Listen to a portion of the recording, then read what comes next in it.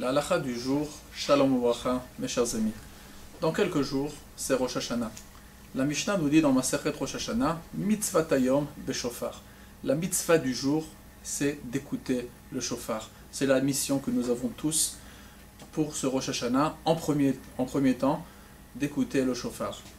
Nous savons tous que nous fixons nos fêtes selon bien sûr le début du mois, selon le moment de Rosh Chodesh, et cela a été fixé selon des calculs bien précis depuis déjà plus de 1500 ans en arrière, à l'époque des Amoraïm, par l'Amora Hillel. Et cela fait que le premier jour de Rosh Hashanah est d'ordre toranique. Le deuxième jour de Rosh Hashanah est d'ordre rabbinique.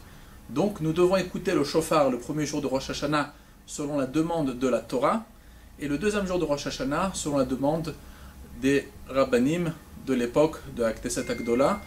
Et je veux quand même rappeler l'importance d'écouter le shofar même le deuxième jour de Rosh Hashanah, puisque nous connaissons tous les paroles du Talmud dans Masechet Avodah Zarah 35, Arivim alay divrei sofrim yoter mi divrei Torah.